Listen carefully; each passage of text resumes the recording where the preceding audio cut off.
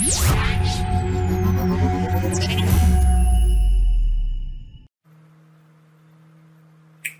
guys, today I wanted to talk about Hasura. So I know we've talked about this a little bit intermittently. So really to kind of start off, what is Hasura? Well, Hasura is a GraphQL API, basically a SaaS product that you can connect to a relational database, Postgres, whatever. They have several different relational database connectors that they allow, but you connect it to a relational database and it will instantly turn that database, that API, into a GraphQL API or a REST API if you want to go that route as well. So it's pretty interesting. So we'll kind of talk about that a little bit. So what usually happens with GraphQL is you have to write your own custom resolvers, right? Which is tedious. It takes a lot of time. You have to be highly proficient with GraphQL on the server side in order to do that. So what Hasura does is you connect it to your database schema. It automatically resolves that schema and has all of the resolvers for us, just kind of out of the box within a couple of minutes. It's actually pretty interesting and works. So yeah, you just connect it and it extracts all of that data out of the database. It allows for additional schema as well if you want to have a separate database that's connected and managed in one place. You can do custom actions, so you kick stuff off to a separate process or a Lambda or another server somewhere to do some custom business logic. And then it also has built-in events and triggers. And we'll kind of walk through all of these pieces here in a moment. So just to kind of give you an idea here. So Hasura, just Hasura.io. Obviously their thing is it's super fast. It does a whole bunch of stuff for you for free, basically out of the box. It's open source. And you can get a thing environment set up within a minute, which is pretty incredible.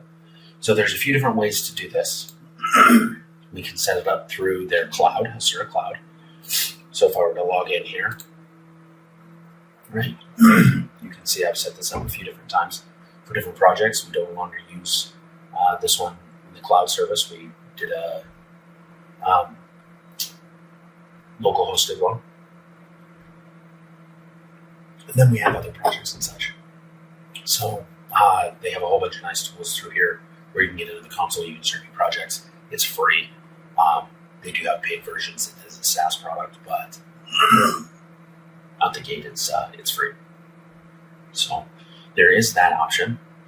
Or alternatively, we can do it in a self-hosted manner, which is kind of what we prefer to do. So we have control over a lot more. We can section off the database. We can kind of do whatever we want. So what we have here is we have the Docker Compose. So if I cat that guy, just so you can see what it is.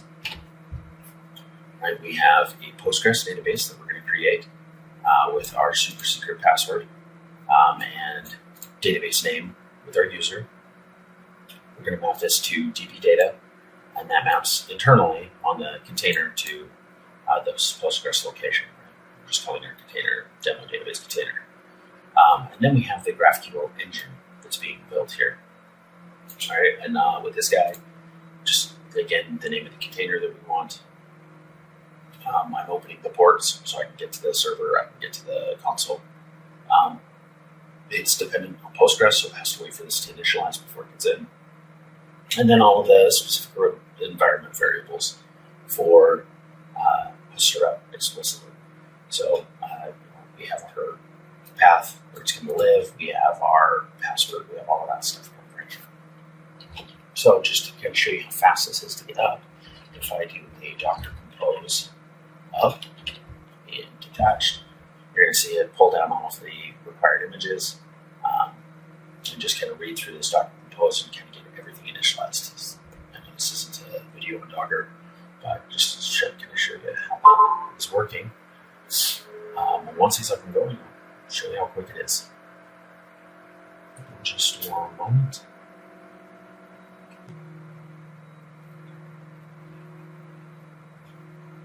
And it looks like we just finished. Awesome. So now, if I do a Docker PS on this guy, I can see that my container is running here. He's up and going. So I should be able to go into a console and get this, show you the system, localhost /console, and see him loading up there. Awesome. And we are good to go. We're in. Here's our console. Right, we're up and ready to go. So we need to go. There's a few different sections here just to kind of give you a high-level overview. This is their interface. They call it GraphQL. It's where you can actually write your queries, you can enter variables, and execute queries, mutations, kind of whatever you want against the database that you have connected. So this is a really nice tool. It helps you kind of flush out the graph queries that you're going to be writing on the client side or on the server, whatever you're trying to do. And they do have the REST interaction as well that you can get set up through this interface also. But the first thing that we want to do is we want to connect a database to this guy. So you go into the Data tab, to say Connect to Database. I'm going to grab the URL from our Docker Compose that we had earlier. I'm just going to give him a name. So in this case, we're going to say demo. Right? You can see that there's a few other databases that they support. They are working on more all the time. So we want Postgres, and we'll paste in our URL with our super secret password. Everything. This is just out in the Docker Compose. And I'm going to say connect. And awesome. There we go. We have a database connected, ready to go. It was that quick. So with this guy, we can go into our public schema. So what these are is this is our database, but this is the schema. Right? So we want to go into the public schema that we have. And in this case, let's just create a simple users table. I want to give this an ID.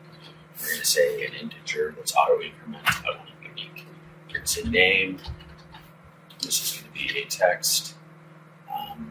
It should be fine. And that should be sufficient. So I guess we can do a create. And he can be a timestamp. We want with default of now. Okay. All right. So that's the columns that we have. We want to set select our primary key that we have.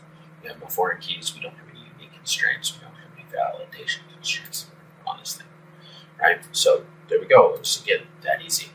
Now we can browse our database. We can see all of that stuff. If I want to insert some stuff right here, so I just want to say there's Tanner. Demo. We'll say, so there's our people. Right. We have access to. So some of the cool stuff that we can do, aside from browsing it and interacting with your database from user interface here. You can edit whatever you want from your database. Right from here, you can set enum column or enum tables. You can really have a lot of control. They have a lot of cool things.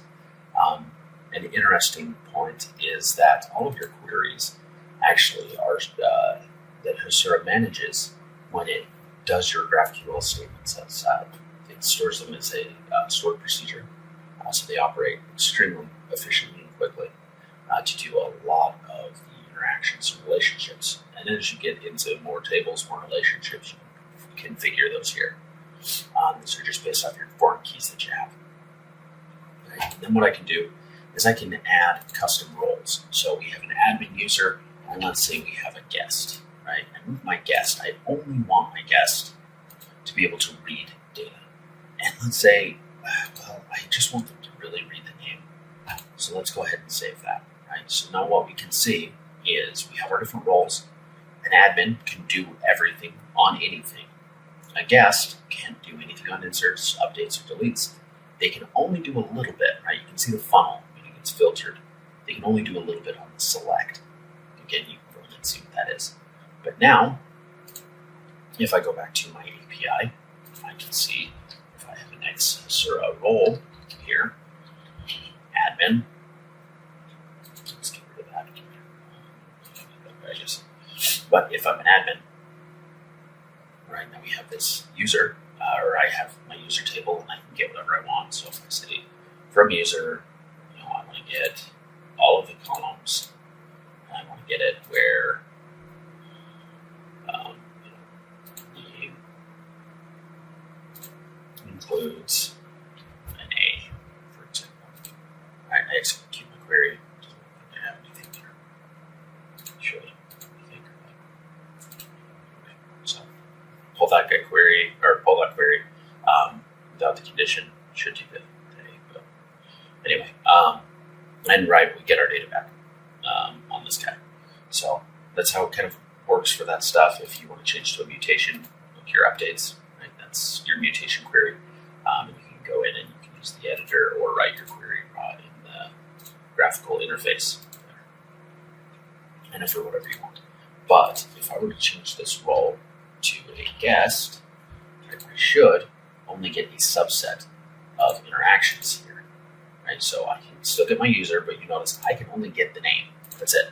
That's all I can get.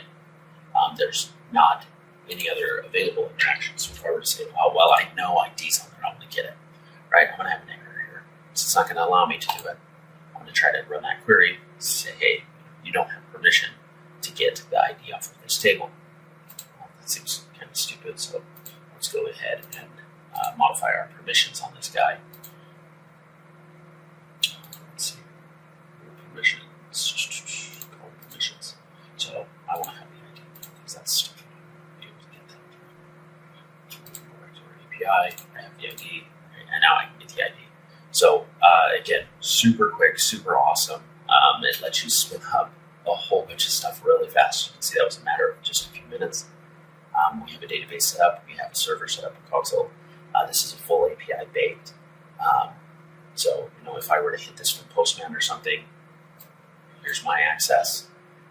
That's my endpoint to get to it. And I can make more queries right against this guy. Again, super awesome, super fast to get up and going. The nice thing about what Hasura is going to provide is a whole lot of the trivial CRUD that we traditionally do. We're not going to have to worry about a whole lot. It's just going to give us right out the box. And then when we want to do some custom business logic, as obviously each backend has to have some custom business logic. It's not just all CRUD. We can set up actions, right? And what actions are, you can see from their nice little graphical here. They provide an interceptor where we make a particular request out to a server that exists somewhere. We do this for authentication or, again, any business logic that you want to have. If you want to fire off an email that happens in a certain process, you can do that. It still makes the front end, still makes a regular graph query to the back end. The back end intercepts that query, sends it off as a REST request. We kick that off to the server, to the REST process. He does whatever he wants to do with it, sends back the response, right? The client's on the riser, and it just kind of works. It's really, really nice. So that's kind of what actions are, right? It's kind of an interceptor for some of those types of requests. You can customize these guys to really be whatever you want, right? So you come in and you determine whether it's a query or a mutation. You give it the sample data of what you want. These are your interfaces, right, of what you're going to get. If you have any global interfaces, right, they'll be pulled over where that source lives. If you wanted a synchronous or asynchronous request, if there's any special webhooks to call, again, anything that you really want. Some of the cool stuff, actually, is you can transform the data as it comes through. So let's say we're doing an author's authentication endpoint. Well, I can transform this data on the fly. Right? We can say, okay, well, this is what it is. This is what I want it to look like. It's going to transform that for me into this value. And so on my REST side, this is the interface now that I'm going to get as it transforms that data for me. So again, really, really cool.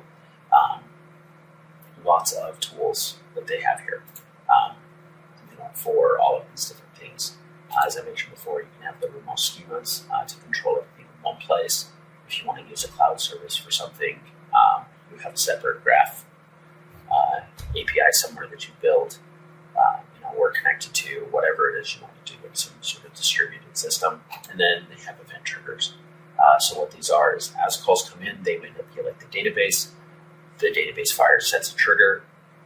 It fires off an event, or a database trigger, which which calls one of these event triggers, and it performs some function, right? So again, you insert some data into a user table. Well, we want to send a welcome email, right? So we would insert that data. We knew it got inserted. We would have an event that would fire off into one of these processes that would trigger an email to go out to the customer. Anyway, so super high level as far as what it is. But again, this is just a very quick look at what Hasura is. Again, this is self-hosted within a few minutes. You can use their cloud system. To kind of get started, you can go to Hasura.io docs. They just Google Hasura Docker, right? You'll get their article here. They have really good documentation on what it is. So it's pretty straightforward. Pull the compose file, update the values, obviously, in the compose file from the boilerplate of what you get. You bring your Docker compose up, get your containers going, you connect to the console, you go into your database, make the connections there, and then you get into the console and start messing with stuff. So it's pretty interesting. They have a really good tutorial. I highly recommend going through that as well. It's just this basic course that they have right here. Anyway, so it'll give you a really good crash course on Graph and how those interactions work and what the expectation is there. So, yeah, we're excited. We're going to try it going forward and see what happens. So, thanks.